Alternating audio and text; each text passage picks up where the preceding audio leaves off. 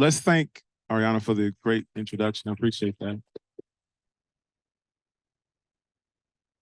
So any of those that may really be curious about the roller derby, roller skating thing, we can talk about that at the reception. There's accuracy in it though, but long story behind it.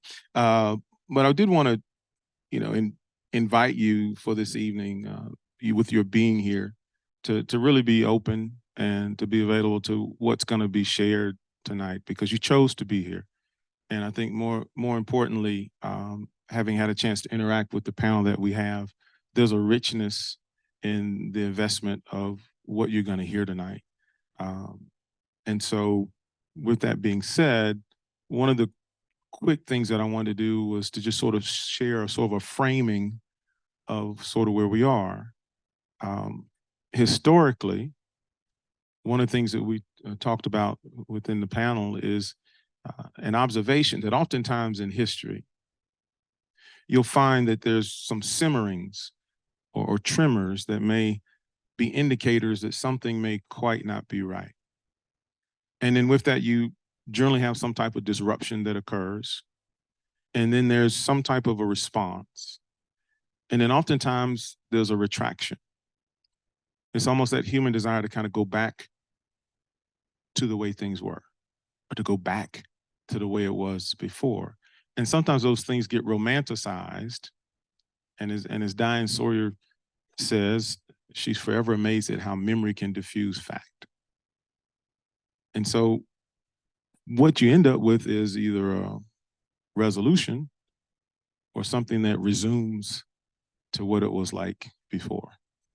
And I think what you'll hear and what we'll explore is how things may happen, what you might learn from it, and how it can benefit us going forward. How can it really help us going forward? And so to help, I thought I would start with a quick poem.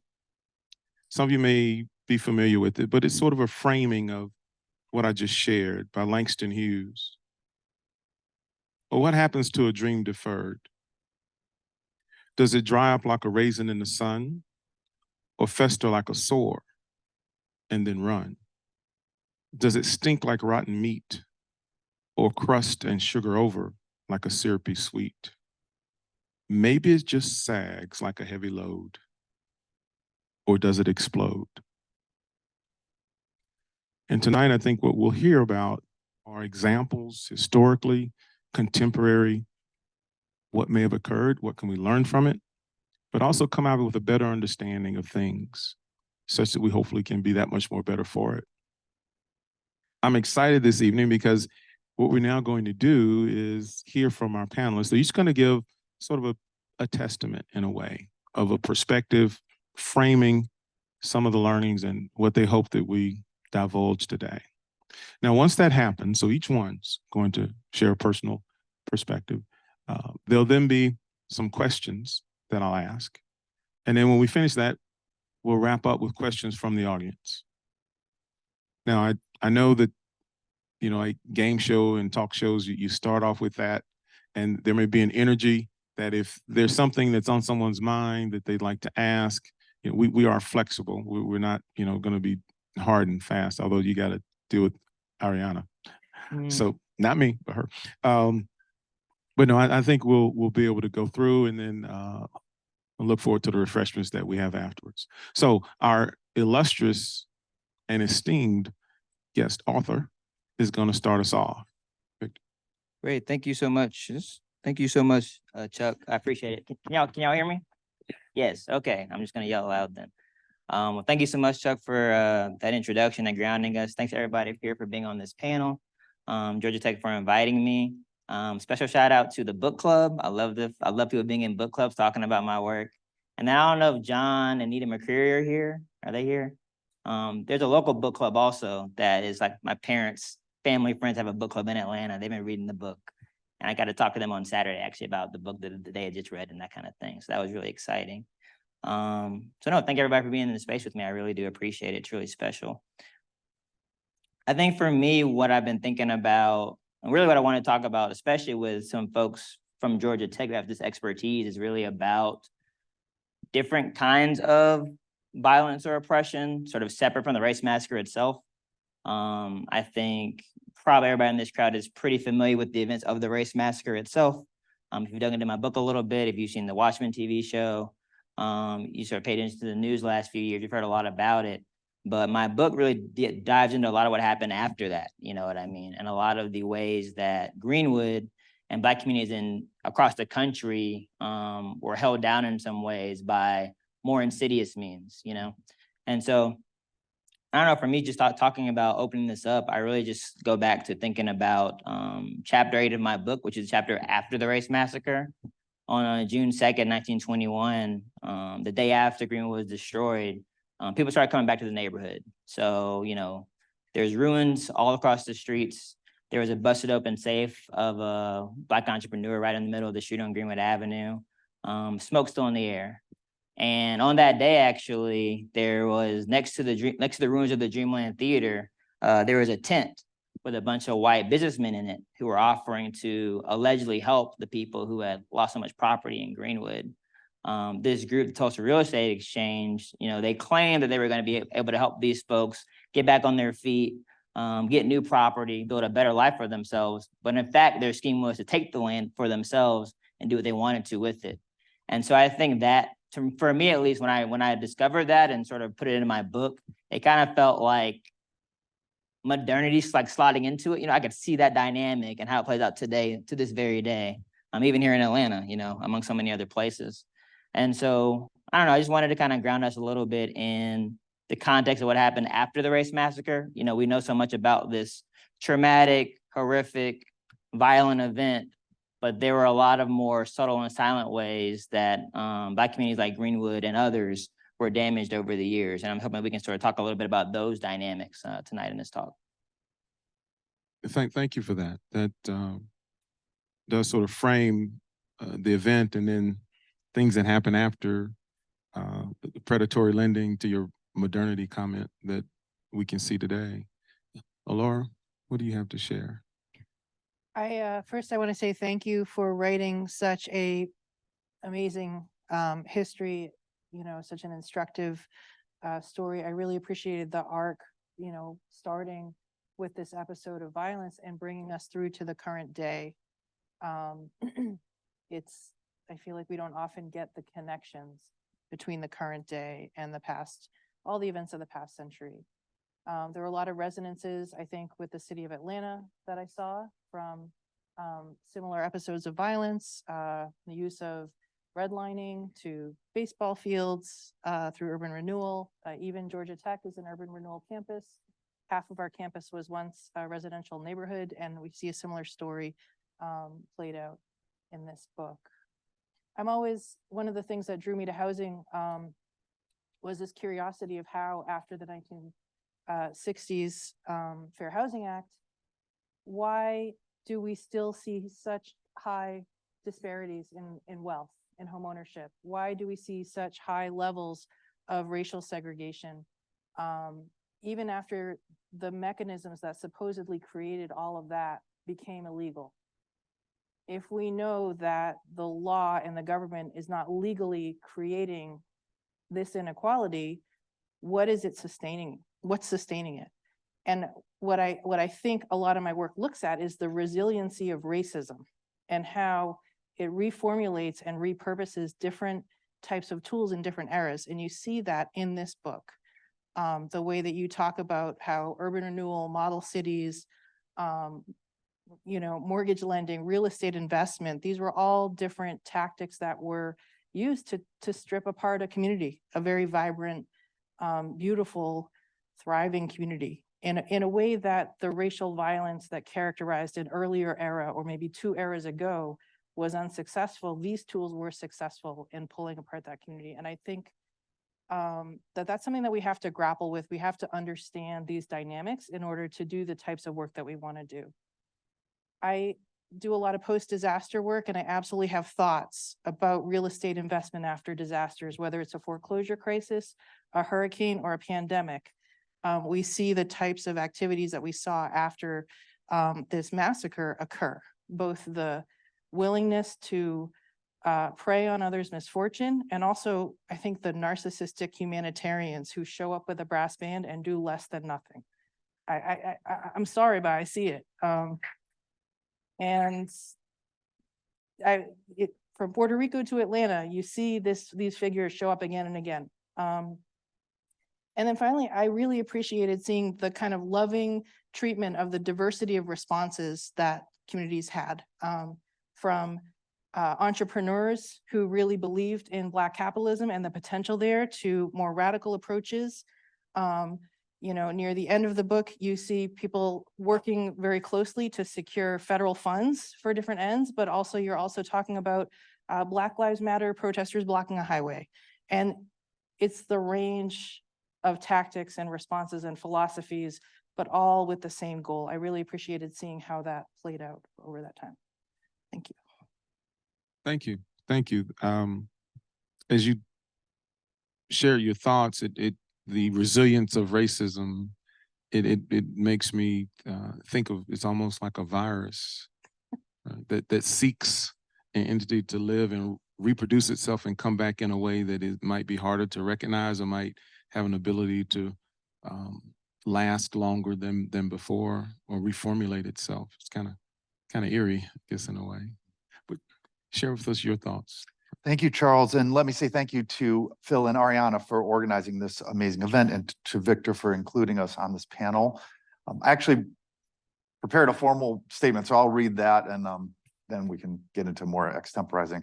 I was blown away by Victor's deep investigation in this book that focuses on a family, the Goodwins, who committed unyieldingly to a community that has prevailed in the face of terror and dispossession for over 100 years. And I'd love to hear Victor's thoughts on how we can best support Black communities at a time when not just the Black press, and I say that because if you've read the book, the Goodwins own a family newspaper, right? Not just the Black press, but traditional print journalism in general is facing such overwhelming challenges. Built from the Fire brings to the fore what scholars in my field of urban history characterize as the structure agency debate. So that's basically an interrogation of the extent to which individuals and communities can take charge of their own destinies and push back against the legal and economic barriers that society erects. As shocking and horrific as the 1921 burning of Greenwood by a white mob was, it did not mark the death of that community. Against all odds, Greenwood residents rebuilt and persisted to the best of their ability. But it's striking that from the very outset, the state and private industry intervened and conspired in attempting to erase a community that had become nationally famous as Black Wall Street. So notwithstanding Black property owners' refusal to sell in the immediate aftermath of the massacre, white officials zoned Greenwood as industrial. Insurance companies refused to compensate Black property owners for their losses, and federal officials subsequently redlined the area. But even more troublingly, it was the slower burn, in Victor's words, over the next several decades. The onslaught of a widening racial wealth gap, urban renewal and freeway-related destruction, population dispersal and disinvestment through suburbanization that very nearly erased Greenwood. Even as we acknowledge the creativity and resilience of this local Black community, seen most poignantly in the improvised entrepreneurship and relief efforts, literally amid the ashes of the massacre, the revival efforts of the 1970s and 1980s, and more recent Black Lives Matter activism, as well as through informal ways of pooling capital like the policy game of the 1930s to 1950s. Really, I want to salute and follow Victor's charge that we must never fail to consult Greenwood survivors, descendants, and residents in asking, how can we best support their efforts to repair, restore, and maintain their community moving forward? Thank you, Todd. All of you for those thoughts and for sharing your perspectives. You know, I think you alluded to it too, Victor. One of the things looming in historically the relationship that Georgia Tech's campus has, where it was at one time a housing community, you know, there's wrapped into this a sort of a historical context that, you know, the 1906 massacre here in Atlanta, before Tulsa, clearly, And at that time, what was viewed as a version of Black Wall Street was Auburn Avenue. And then 15 years later, you have something that occurs. And I would really like to know your thoughts, and possibly, since you went last, how we could start with you. Your thoughts on looking at what it means to look at this story over such a long period of time, 1921 to 2020, what have you, 100 years. And you know, when you can take, I guess, that 30,000-foot level and step back, well, from your work and looking at this timeline, what do you see? What, as you look at it from that perspective? And then Alora, if you could, and then Victor, if you could summarize for us. First. Oh, well, thank you. I see this having parallels to other cities around the country. If you don't have to dig very far to see things like in Durham, North Carolina, urban planners purposefully routing freeways to take out the most historic Black churches around town. Nashville, in North Nashville, there was also an extensive urban renewal project that pushed right up against Fisk University and destroyed vibrant Black neighborhoods. In New Orleans, the Claiborne Avenue overpass destroyed that city's Black business district as recently as the early 1970s. So this is after there's already an awareness that urban renewal is a destructive force. This is still happening. And I'd be interested to hear more from Victor about, you know, why this persists so long in Tulsa when some other cities are starting to actually even push back against freeway construction in places like New York City. There have been some other examples like San Francisco of successfully removing freeways at the time where this is still just pushing through. I found an interesting parallel to, we talked about Atlanta in 1906, which you know, was featured, it featured white mobs attacking Black businesses and Black people in the downtown area. And that also helped to kind of motivate Black people to move to the West Side, whereas they'd previously been more concentrated on the East Side. But also in 1906, there was an earthquake and a fire in San Francisco. And white city planners used that as an opportunity to try and eradicate Chinatown. But what they didn't realize is that similar to Black communities that have community resources and resiliency, San Francisco's Chinatown had international connections to the Chinese diaspora, and donations flowed in. They're actually able to rebuild back when a lot of the more prominent white citizens just thought that this would be completely wiped off the map. So, you know, there are interesting parallels. And even interesting one was in 1871, following the Great Chicago Fire. Working class white, mostly German and Scandinavian immigrants fought a similar attempt to require rebuilding with stone instead of brick because they couldn't afford brick and stone construction. So I think you see a long history of resistance to these kinds of policies into our recent present. Those are just a couple examples that came to mind for me. I'm not as great a historian as Todd. So for me, I just have these much more abstract impressions or thoughts. One of them is, you know, I work on eviction prevention here in Atlanta. We have, you know, exceedingly high eviction rate.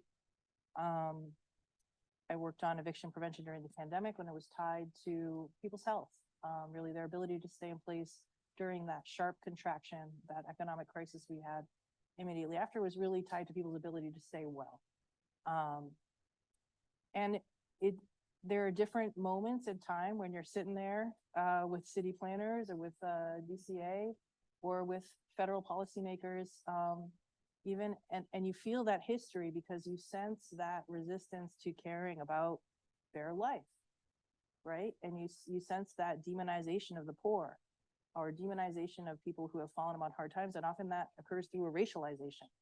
And so often I feel like because we still haven't repudiated that history and those acts, that it's hard actually to create broad-based policy that's going to advocate for shelter and, you know, and things like that. So when I see instances like this in our history, and I know that we're not really historically preserving these sites. We're not really teaching this history. We're banning it across the state in K through 12. I see that that's going to show up again when we're trying to advocate for different policies to do something about poverty and inequality in the city and state. Victor? Yeah, I mean, I think that, so I should say that when I started writing this book, I kind of went where it took me, you know? I don't think I had like a grand thesis I was trying to posit, besides I was wanting to know more about Greenwood and the folks who were there. So a lot of the patterns that I saw kind of came to me as I was doing the research. And I feel like one, it kind of speaks to something Todd mentioned about structural obstacles versus the agency people want to have to overcome them. And I feel like sort of at every step in Greenwood, I really wanted to illustrate how Black folks are always at least trying to seize levers of power. Whether they're actually allowed to pull the levers, you know, a different thing, but they're always making an attempt, you know. I think it's important to sort of not let us be purely sort of swept away by like the systems of oppression. And sometimes I feel that can be a dynamic. When you read news articles about like redlining or issues like that, it can kind of feel that way. But I wanted to show like who are these people being impacted. And so for me, I don't know, it was just, I guess, resonant for me to, for example, learn about J.B. Stratford, who was a prominent entrepreneur in Greenwood in the early 1910s, going to the mayor's office, attempting to oppose Jim Crow and being ignored essentially. And then fast forwarding, 104 years, when Tiffany Crutcher, who was a police reform advocate in Tulsa, went to the mayor, had a meeting right after George Floyd's murder about police reform, and ultimately like nothing happened. And so I think for me, like writing this book and learning about these stories and the parallels, it really helped me to understand how the structural issue has to be addressed too. You know, it can't just be sort of like the one crazed or plucky person going to try to like change the mayor's mind or that kind of thing. You have to have a more widespread collective movement that both, I think, gives people power at the grassroots level, but also changes things at the structural level. So I think for me, that's something that I kind of like realized as I did the research for this book, because I think that sort of getting those resilience narrative is really powerful to learn that these folks in Greenwood sort of never gave up and that kind of thing. But I think it's also very clear when you read the book or learn about the history, they were denied agency at every step. And so I think our question as policymakers, people who can influence policymakers, is how can we give Black folks the agency they deserve in those communities? So when we reflect on what everyone has shared, one of the things that comes to mind is, you know, we covered to some degree already in our comments, what are similarities that we've seen in other communities. There is one that does come to mind for me though, and it's, again, when we kind of come back to the slow burn. And I say that because from an organizational change standpoint, in some of the work that I do, we often talk about the slow no. And it's characterized as a waiting game. And it came to mind in some of the work that I do around when you coach executives and organizations around crisis management. There are literally models that are sociologically based that say 5 days out, here's a statement you make. 10 days out, here's a statement you make. 21 days, here's what you do. 60, 180. And it literally is a way to de-escalate what may be inflamed, but at the same time, hoping and managing what the core issues are and believing that at some point it may go away. And I go to that because when I think of the efforts being made to try to have disparities addressed in Tulsa, for example, in the book and even in contemporary history, the aspect of checking the boxes, filling out the right forms, administratively doing this, getting the ducks in a row, ultimately to just be overruled or denied. And what drives that in my head is the waiting game of, in these instances, these are people over 100 years old.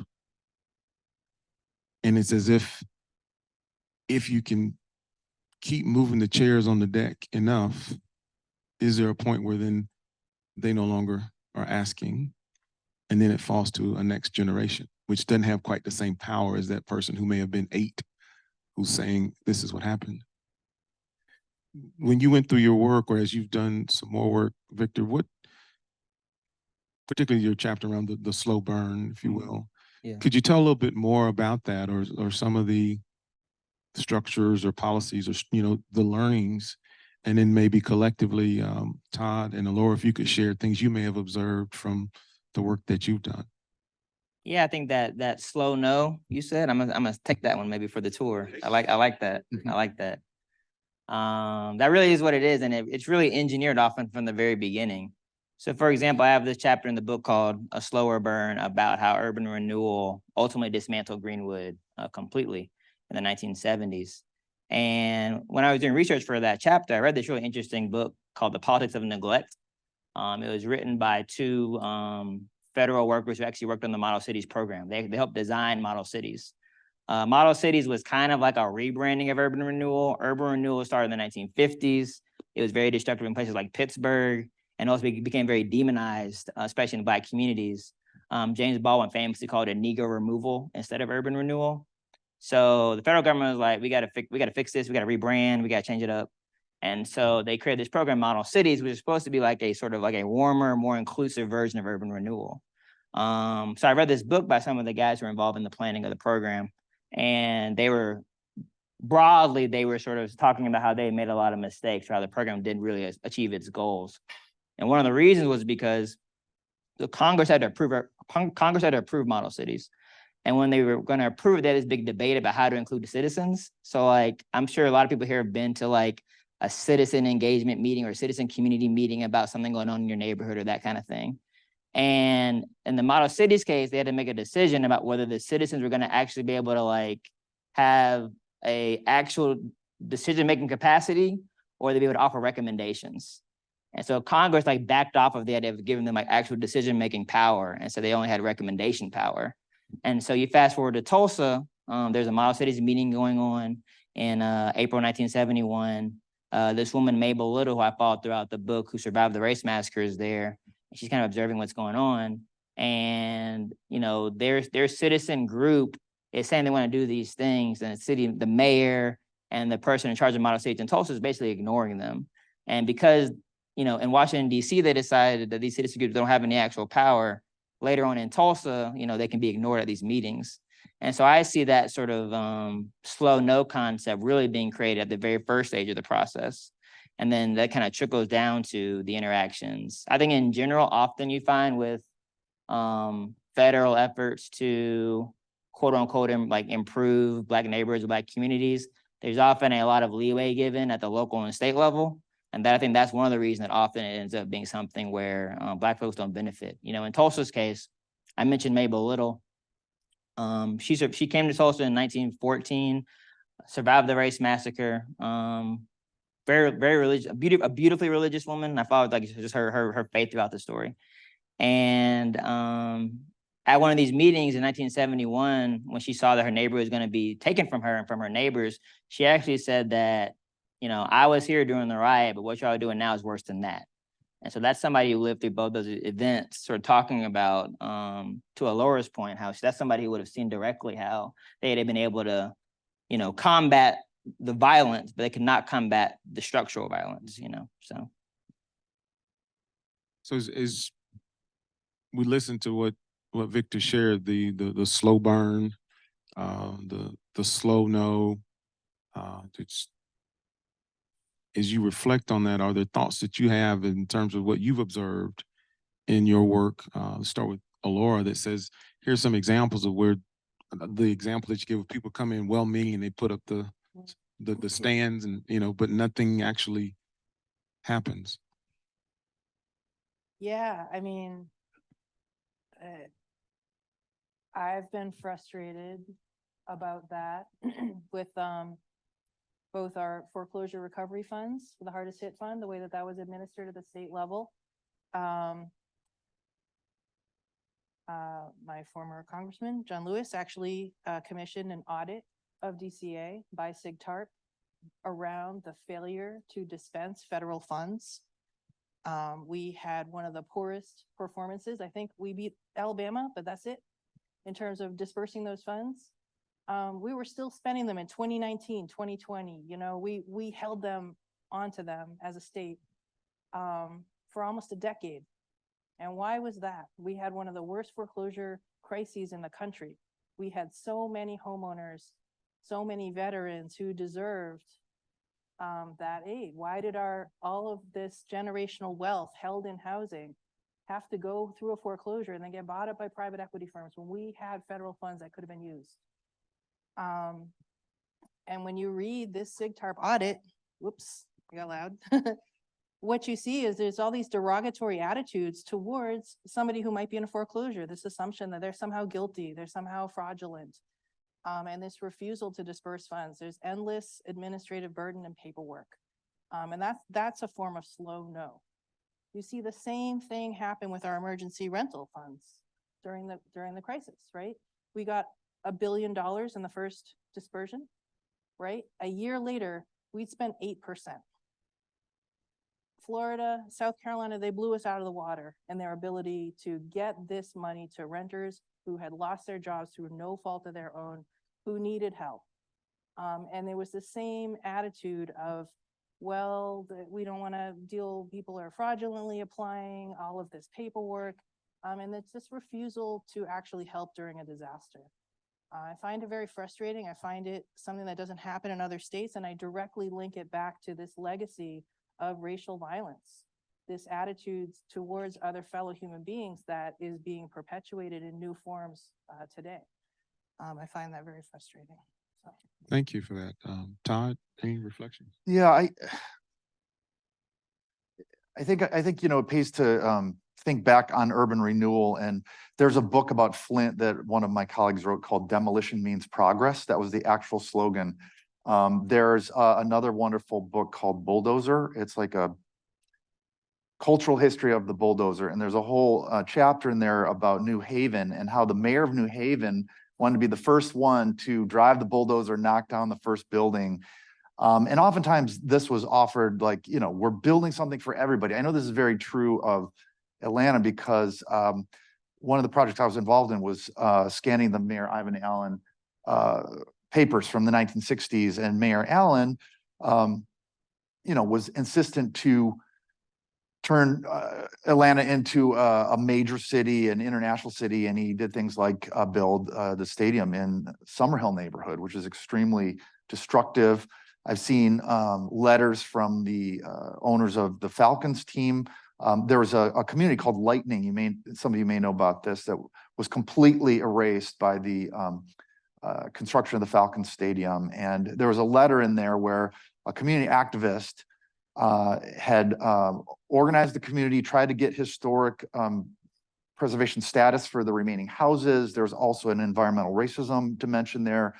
And when she filed those applications and tried to save that neighborhood, she got a really condescending letter from the owner of the Falcons that said, you know, thanks for your dissertation, the way that, you know, they described her research and work to do this. But, you know, we can't just put progress on hold for, you know, a small group of people when we're building this stadium for the whole city. So, you know, that just gives you kind of a sense of the mentality of these planners. But where it really gets disturbing is like in Victor's group, where you start to kind of co-opt a citizens group who are given this kind of token role as to give kind of a appearance of seeking input.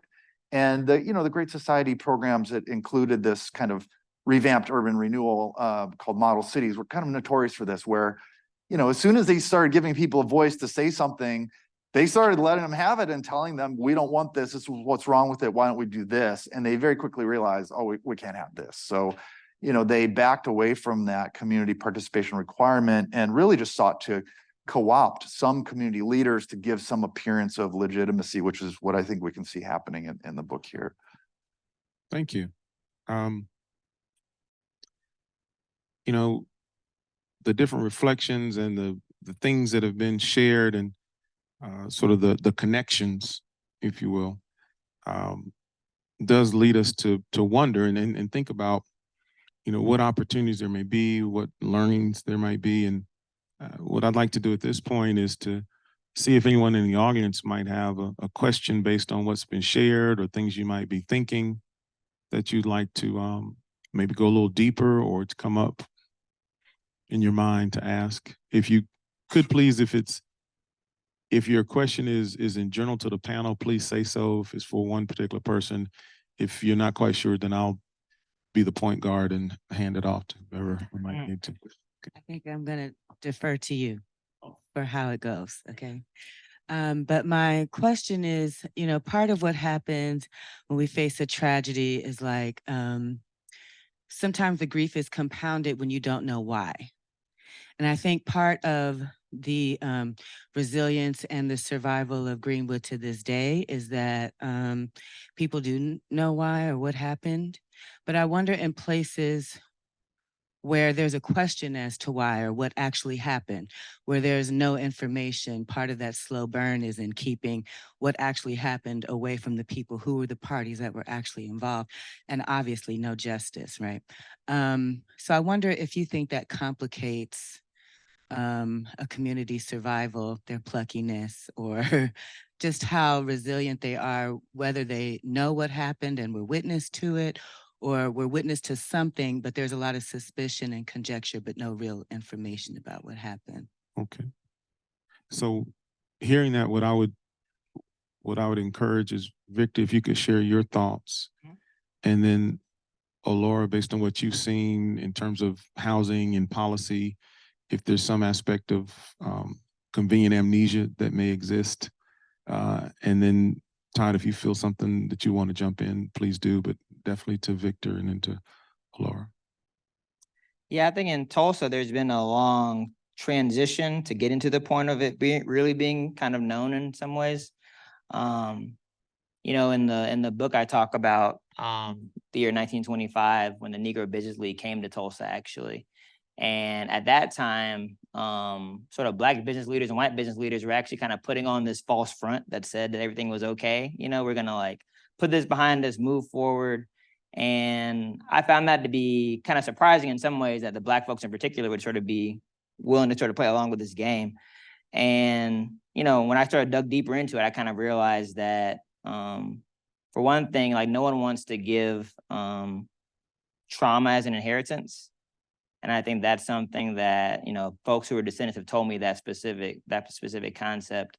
And I think that's something that folks in Greenwood really wanted to avoid. So I think in that era when it was still really raw, it often wasn't talked about, even among Black folks in Tulsa.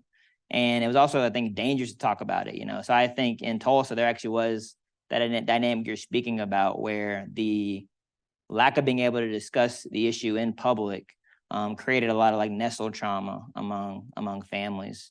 And I do think there's a lot of power and importance, though, to speaking the truth, and it can have a lot of different, I think, effects. So like in Tulsa, for example, if you go back to that kind of urban renewal era, at the same time that Greenwood was being literally dismantled, the story is finally coming out for the first time. So Mabel Little, who I mentioned, who survived the race massacre, she actually gave a speech in 1971 at Mount Zion Baptist Church. And that was the first time anybody really talked about the race massacre in public in Tulsa. Fast forward a few years after that, and Jim Goodwin, who's in the family I focus on mainly in the book, and some others, basically helped preserve 2 historic buildings in Black Wall Street. And they used the legacy of the Greenwood to sort of like convince the city that it was worth preserving, basically on a historical basis. And that's really the reason those buildings still being there is a reason that like there's this legacy that still exists, you know. I used to live in Atlanta, but I didn't know that Georgia Tech was an urban renewal campus. I didn't know the football stadium was ever a historical Black neighborhood. I think because there's not like a physical space to gather around, it makes it a lot harder to preserve that memory. And so I think that even like speaking the memory out loud, I think it can lead to actual tangible benefit. So I think in Tulsa's case, at least, speaking that memory is the reason they would preserve some of that history. And when they preserved it in 1980, that's the reason that sort of all of this stuff has happened today, you know? So I think just speaking the memory is really important, even if it doesn't seem like people are listening. Thank you. Laura? Yeah, when you say trauma, I think of psychological trauma, but I'm an urban planner, and I don't know if you guys know that popular book, The Body Keeps the Score. It's about this idea that something traumatic happens and it ends up being stored in very physical ways. And I think that's true of cities too, right? You see, even if something is unspoken, you can kind of see how messed up our cities are and the historical patterns that have led to that. And sometimes there's quirky things about cities and, but sometimes you can feel some of the legacy of things that have happened. I had a nice opportunity to go to Aotearoa, New Zealand over the past couple months, and they've really tried to do some of the transitional justice that you mentioned in the end of their book in terms of relating to the Maori, respecting the treaty, doing co-governance, having shared languages. And I spent a lot of time in the city of Christchurch, and they had a devastating earthquake about 10 years ago that leveled, I think, 80% of the buildings. And it was really fascinating talking with the people there about how they were trying to very intentionally rebuild, relocate communities in ways that didn't replicate historic injustices. I do, as an urban planner, Ray, I'm happy to call negative things out when I see them, but I also want to hold space for the idea that we can build, we can have a shared purpose and progress. We can find that project that is worth the little sacrifices because it brings us together as a community. And I just think that if we're not doing the work to build that community that is just, that's what blocks us. That's what turns all our recovery efforts into a replication of inequality. So I really like this focus you have on storytelling, on memory, because I think as intangible that is, it's what we need in order to build the kind of city that we want to live in. It can almost be an aspiration. Yeah. Todd, do you have something to add? I'll defer for more questions from the audience.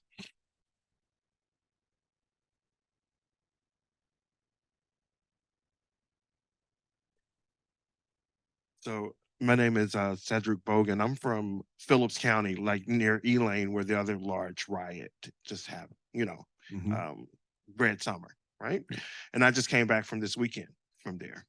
And I actually spent about 3 hours in the W.E.B. Du Bois Museum in Ghana, and I see a lot of parallels to white supremacy and the biases that we know. We're technical people, so we know AI. We can't use it in law. We can't use it in medicine because of all the biases that we don't want to admit that we know are built in, right? So one of the things that stood out about Chinatown was reinvestment from the motherland back to people. That doesn't happen with us. It's not a reconnection to the resources, the cobalt, the gold, all of the resources that are for the batteries here in Georgia, right? None of it is reaching the end people, right? We're not retooling. We're not reinvesting. So I think that that's a big solution, is looking at these patterns, right? As we develop the technologies to reduce these inequities. Is here? Hi, I'm Maria Alejandra Baeri, and I work in a startup, and from the startup community and from like an investor side, I'm interested in this like insidious ways of like taking down a community, not so much in physical space, but the fact that affirmative action was overruled and there is now the same person suing a venture fund that's specifically for Black women, even though they are still only getting about 1% of capital fund investment. So I see this as a way of like, people have tried to be resourceful, like these people who have like really put a lot of energy in to creating these communities, to creating these ways out, these solutions. And now there's like this very small but vocal group of people who are trying to tear that down. So I guess it's like, it's something that affects like the entire country, but it's not really localized. There's not like a physical space to it. So I guess it's, how did you see, Victor, in doing your research, the way that that appears in this like super specific geographical space versus these bigger things like Supreme Court rulings that affect everyone across the board? Yeah, I mean, I think there's definitely an interplay, I guess, between those two dynamics. And And I guess for me also, I always like to sort of drill down to like who's the actual person like signing the document or pulling the lever, you know? So this is not exactly the same, but if you think about a big sort of structural oppression force like redlining, in the book, like I think everybody kind of knows like, okay, redlining is this concept in which Black communities were sort of rated lower and therefore received disinvestment.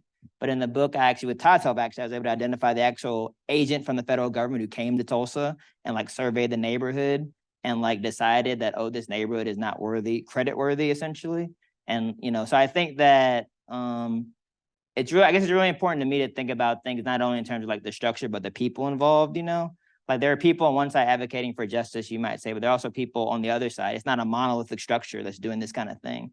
And so I think that for me at least gives some ability to conceptualize how to oppose those kinds of things. You know, when I was speaking toward the end of my research with Tiffany Crutcher is a police reform activist in Tulsa whose brother was killed by the Tulsa Police Department in 2016. And so early on in my research and when my journalism covering the community, I was here going to these meetings with the mayor and sort of trying to convince him to change things. And he basically ultimately like refused. He basically like tacked conservative after 2020. And so kind of like put her issues to the side. And so last time I spoke with her, she was kind of telling me that, oh, I'm kind of like transitioning my model of how I advocate for justice. It's not going to be about going to the people who don't respect me and begging them to do something. It's going to be more about building people power within my own community. And that goes beyond politics. I think it's more, it includes like actually providing like sustenance and community and warmth and like love to people, you know? I think in general that one issue we have, and maybe I would say one issue I would say that like liberals or the left might have sort of like structurally is that there aren't that many opportunities to gather in community outside of activism or politics. Whereas I think historically in Greenwood, you know, people had the church, people had the Dreamland, people had all these spaces to gather informally, and that sort of helped them to activate when something really big, a crisis occurred. And so I think that finding more spaces for us to gather pre-crisis, I think is kind of like the first step to undoing some of these big structural challenges that are emerging that you're talking about.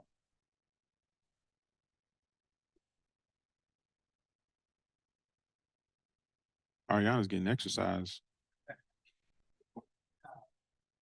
Is this on? Hi, my name is Thaddeus Dawson. I'm the founder of 10,000 Black Appraisers.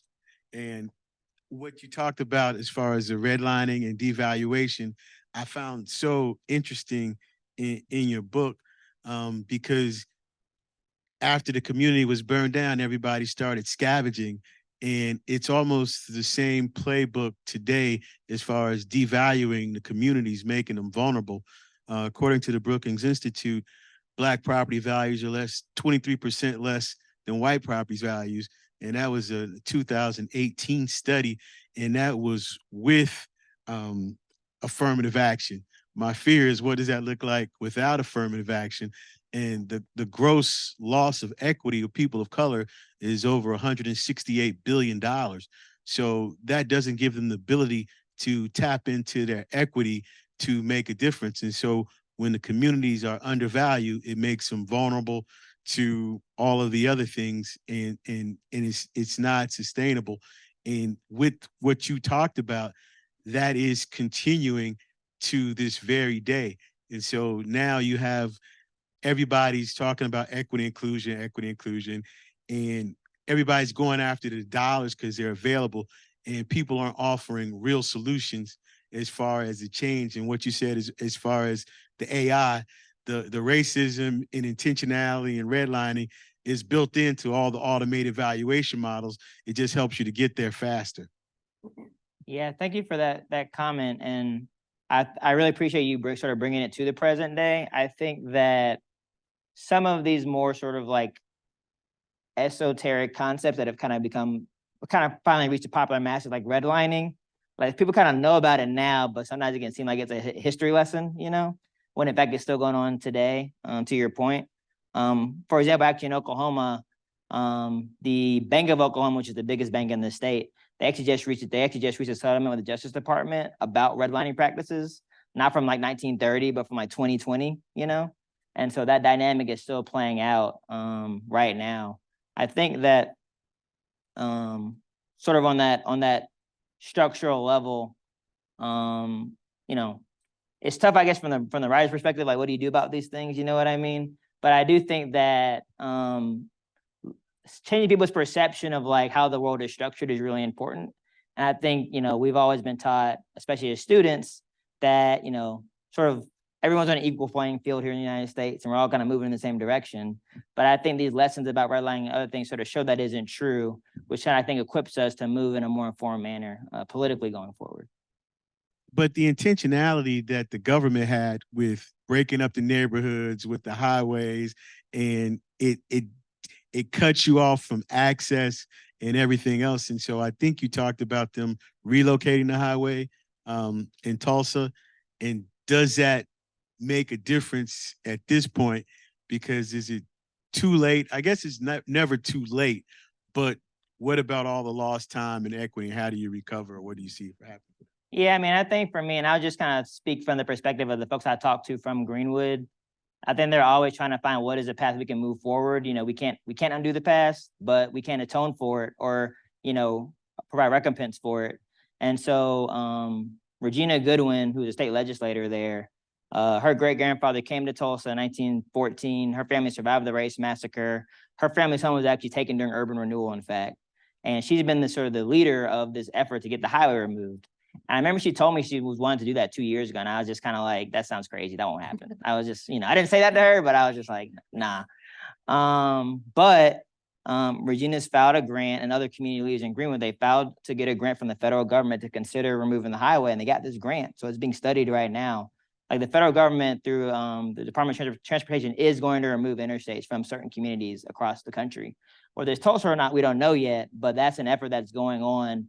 And it's very intentionally because of the destruction that happened in the 60s and 70s. They've said that. And in Tulsa's case, in fact, they said the reason they gave Tulsa the grant is because Regina and others were able to offer a very clear historical picture, you know? Like, then that goes back to the idea of like telling the history is actually really important. Like, even if no one cared in 1967 that the Oklahoma Eagle was complaining about this destructive highway, when Regina cited these articles in 2022, the federal government said, oh, this is like evidence that what we did was wrong. We can still undo it. And so I think that documentation and that speaking out about what's wrong, even if like there's not an immediate effect, I think my book illustrates those effects can be very powerful decades or even a century later. And I just like to end with thank you for speaking to our book club on Saturday. That was phenomenal. Oh, thank you. Thank you.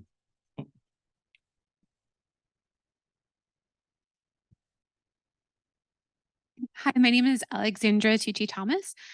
Victor, I had a question for you about your craft, how you approached writing this work from a journalism and writing perspective. How did you come to decide to center the book on the Goodwin family and take it through generations? And then how did you, as a journalist who's not a member of the Goodwin family, how did you build that relationship to do so in such an effective and ethical manner? Thank you. Thank you for the question, Alexandra.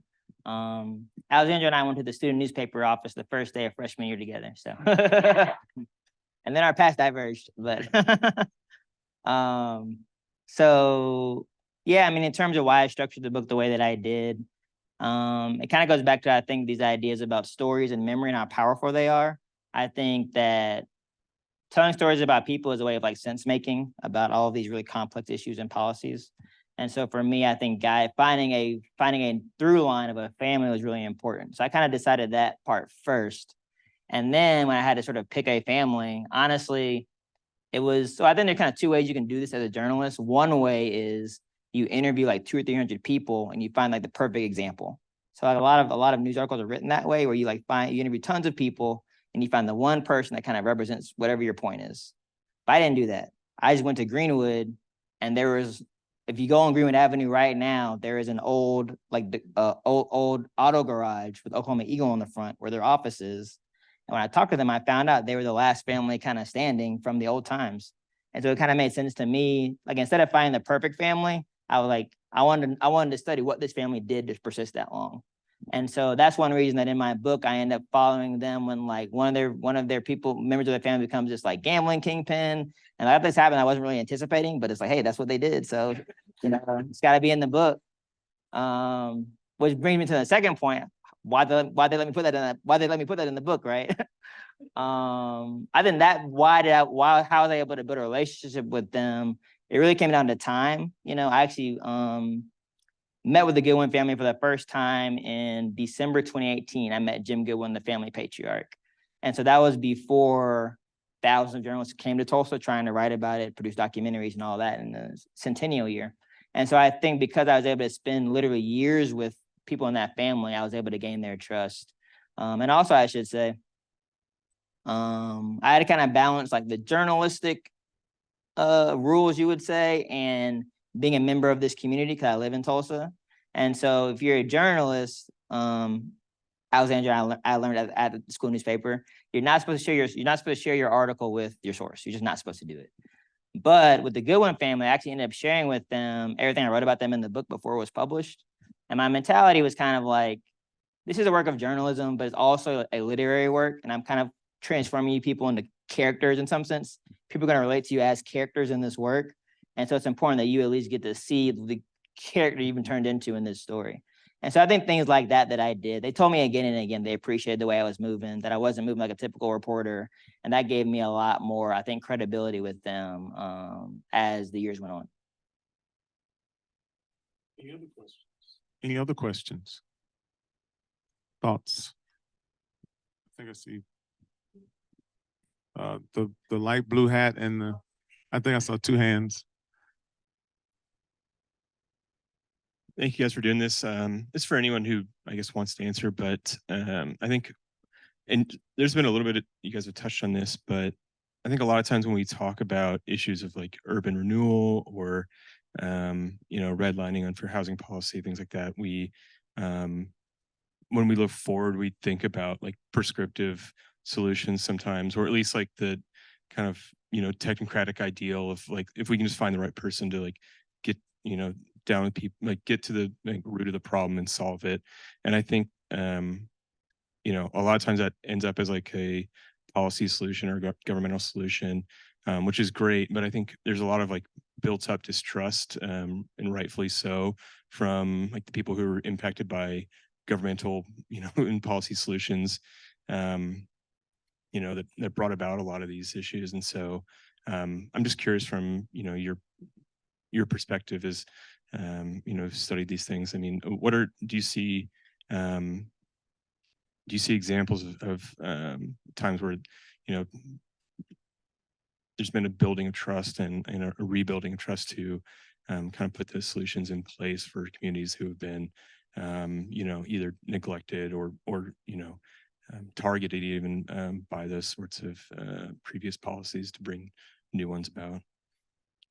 Todd, would you want to take that one? Yeah, I've got some thoughts. I've been listening to some of the things people have been saying, and we've talked a lot about urban renewal, but this is still an issue today. Like a lot of the redlining research is drawing through lines to, negative health outcomes and other, lack of green space, environmental hazards. But, if you look at some redline neighborhoods like the old Fourth Ward, it's really all about the money and the investment. How is it that all of a sudden these areas go from being not worth anything to suddenly very profitable? And this is what was so infuriating for property owners who were forced to give up their property under urban renewal. Then all of a sudden, it's worth a lot of money. There's a lot of money flowing in. There's a whole new demographic moving in. There's people coming to Tulsa to make documentaries. All of a sudden it's, a hot topic. There's a whole nother Greenwood Rising project that comes in when there's already been like a Greenwood Cultural Center there for decades. So like, how do these people leapfrog and then not feel an obligation to give something back to the community? I could tell you an example from my hometown of Cleveland, Ohio. The largest employer in Cleveland is the Cleveland Clinic. And they have been banking land quietly for some 40, 50 years, and also took away the businesses of a Black entrepreneur named Winston Willis, who owned movie theaters, bars. He owned a couple strip clubs. And so some people, didn't approve of his business activities, but they used a variety of legal means to, portray the area as blighted so that they could seize his property when he fell behind on taxes and through other means. And now all of a sudden, this land is getting turned into a multi-billion-dollar campus for the Cleveland Clinic, which is one of the leading medical institutions in the country. So I think that's what gets people really infuriated and distrustful of government is like, what's going on here where these values, are going up and down based on, who wants to do something with the land. Let's see another hand here and then behind. This actually ties in really well, but you mentioned the lightning area. So there was an exhibit about that at the Science Gallery, and they showed how there was clearly disinvestment. So there was it seemed clear through the documentation that they were purposely not investing for the years before that they wanted to clear the area. So first of all, the people living there, it's worse and worse for them. So yeah, some of them left.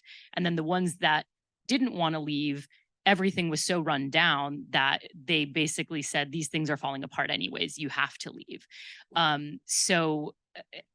But even looking back on it, it's very hard to prove that.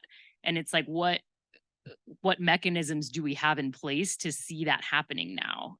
Is that even, I don't know. It's not my area. So I'm like, does that exist? Do we have any mechanisms to it can be hard to find a smoking gun, but I mean, if you look at a place like St. Paul, where they were going to run the freeway, St. Paul, Minnesota, they were going to run the freeway through an affluent white upper middle class neighborhood. Then they decided to move it just about a mile south and take out this historic black neighborhood called the Rondo neighborhood. So, why did they do that? Why did it just so happen to take that particular route, right? In Cleveland that I was talking about, they started closing down fire stations. And that's also a political process. Like the city said, like it's depopulating, we don't need so many fire stations. But meanwhile, on the white, working class West Side, they're still maintaining their fire state. Why are these particular fire stations being closed? And so that means when, arson starts happening or just obsolescent buildings are catching on fire, you don't have any response. And so there's a purposeful strategy here to let this land deteriorate to the point where it can be acquired cheaply. And then all of a sudden the investment comes in and you get these kind of mega projects, right? Okay, so one more quick thing on that too. I think one of the main, like Maria, you're kind of asking about like, how do we sort of document how these things actually played out basically? And I think one of the main ways that redlining has actually kind of entered popular consciousness is through this website hosted by the University of Richmond. They have like every single city redlining map. You can look at any city in America basically and see the map and see the neighborhoods and kind of like conceptualize like how your city was impacted by that process. I think similar things could be done with like eminent domain claims that were done in the 60s and 70s or highway construction plans or that kind of thing. And that feels like something actually where like tech companies could play a role, in terms of being able to process that information, present it in a really coherent and like easy to use way, user-friendly way. I think that having that kind of data visualized actually has a huge impact on how people perceive those historical wrongs. So maybe there's something that the tech industry could do to help us with that. Do you think it could be kind of running the wave of AI? Might there be a way to, from a predictive standpoint, to see some indicators that may say this area might be vulnerable to that type of action? Yeah, but think about, I work on those, but we never have as much funding as Zillow or, Right. and then even if we did and we made it, it's usually publicly available. So I've been working with some folks in interactive computing who are very concerned about like Ruha Benjamin's book on algorithmic racism, or Lauren Klein's book on data feminism, just thinking about how do we use these data tools and consider the political economy that created this situation and really use them for good. But it's challenging. And some of the work, we do this with evictions data, right? Evictions data takes all the systemic risk that generates disparate eviction rates among communities of color, right? And blames it on an individual tenant. If you look at these data sets, you can never see the state, You can never see the neighborhood deprivation. You can never see the employment precarity. You can never see any of that. You just see that tenant's name and the eviction next to their name. And so it's this machine for scrubbing all the systemic forces and individualizing all of that blame. And then we got a rental assistance fund who says, oh, that person was, you know, a deadbeat and they don't deserve rental assistance because the data don't show all of the systemic forces. So some of the work we try and do is work with communities, just like you were talking about. We try and work with tenant organizers and say, what would you use evictions data for? How would you design this type of technology? And I was thinking again about kind of your comments and thinking, what are some of the best policies that I've seen come out of the United States, come out of Georgia? A lot of them come from communities, right? The Community Reinvestment Act, the Home Mortgage HMDA Act, right? That created the mortgage data set that allows us to prove racial discrimination. That came out of community action out of Chicago, right? The Community Land Trust, which is one of my favorite models for how to get out of this cycle of gentrification, disinvestment, and reinvestment. That came out of Albany, Georgia. So I really take to heart kind of what you were saying about the importance of creating spaces for people to get together and for the importance of like not just messaging and doing actions, but also just building something together. I think that can turn into policy ideas, and also it can turn into technologies that do the work that we hope, you know, that don't have these unintended consequences or these intended consequences that we've been talking about tonight. I just thought of another great historic example is the installment land contract, which is a very exploitative way to basically get people in debt for their houses, and they don't own it until they make the last payment. And a lot of those contracts did not have to be recorded by state law. But in Chicago, the Contract Buyers League also collected the information, mobilized, and got the law changed in Illinois so that those did have to kind of become more visible. And so there is, but even that didn't solve the problem, right? It's back to that structure and agency, and communities, let alone individuals, are disadvantaged if they lack political power, economic power relative to the powers that be. But it's not to say it's not worth organizing and doing something. It just doesn't, you know, ultimately always pan out, right? So kind of hearing what's bubbling up, if you will, the sense of there are some things that can be done, yet there's not a one-point solution. And it's more of a collective effort that is persistent. Waiting to exhale, take a breath, and get ready again, because you have to kind of recharge yourself. I know these questions have been great. I know we do have a reception that's sitting for us, and I wanted to ask if you could indulge me if I could have a closing statement from each of you, and then I'll sort of wrap us up, and we'll try not to knock down Ariana as we go outside the door to get the tasty food that we have available. If we could maybe go Laura, Todd, and then Victor. I just want to express gratitude, appreciation for this chance to read a fantastic book and to speak with the author. It's amazing. There were a lot of themes that came up that I see in my work, but to see them stitched together through one family, through one neighborhood, through one town over the course of the century, and have it end up with, you know, the events of 2-3 years ago was really, really powerful and really meaningful. Really appreciate this work. I hope I can teach it. I'm thinking about how to fit it into my syllabi. I just think it's fantastic. And I can be a little negative sometimes, but I also want to hold space, right, for the positive, for the dream of technology, for the dream of policies, and the types of cities we might build. And I want to use that analysis of problems, not just for griping, but for good. So I hope that we touched enough on some of the sources of hope and inspiration. I drew a lot of hope and inspiration from the stories of people's lives and the things they were able to create in the circumstances they were in. So read the book. It's wonderful. It's a great blend of the troubles that we face and also the solutions that we can build. Oh. I guess I would just say, I started out thinking I was going to be a labor historian. And if you know anything about the history of labor struggles in this country and around the world, it's usually not ending that well for the workers. So you're put in the position of telling a story where the workers almost always lose, right?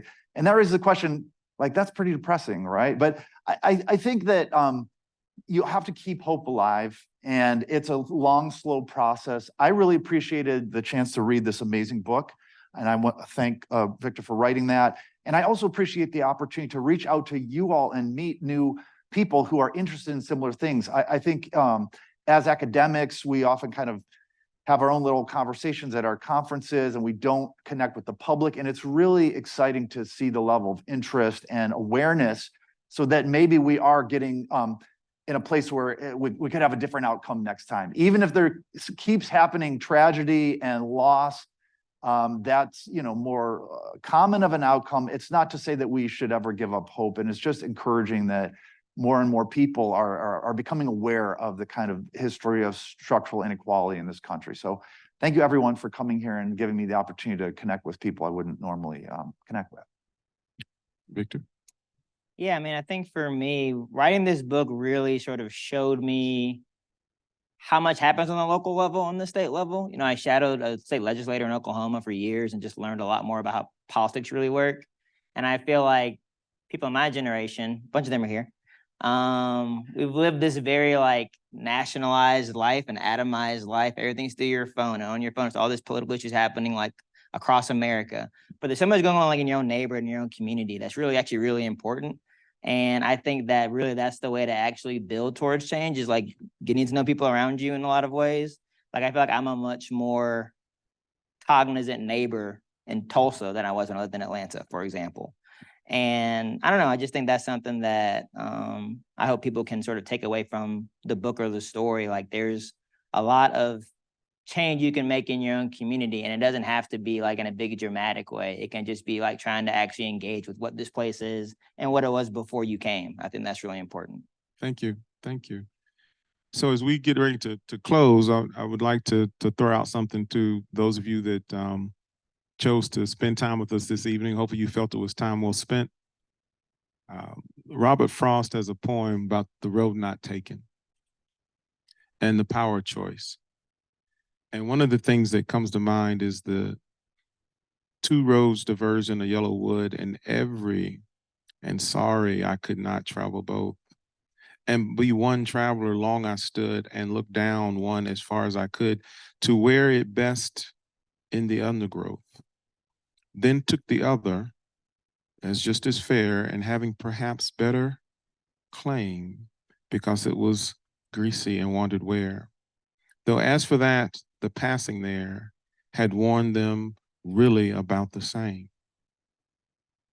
And it goes on further to finally close with, somewhere ages and ages hence, two roads diverged in a wood, and I took the one less traveled by. And that has made all the difference. The power of choice. As Frost would say, stopping by the woods on a snowy evening, I have miles to go and promises to keep. Remember, miles to go before you sleep. We've talked about the effort, the energy, being persistent. I want to thank the panel and the author for what you've given us this evening. And keep in mind, keep the positivity, keep your hands on the plow. Keep in mind that if you weren't doing something making a difference, you wouldn't be seeing resistance.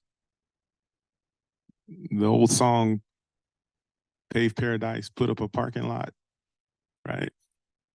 Maybe we can reverse that.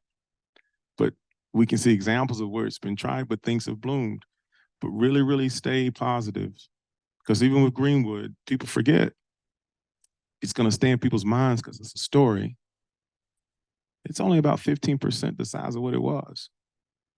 But it's in more than 15% of the people's minds. And that's where the power is. Thank you for your time. Thank you for the panel. Let's go.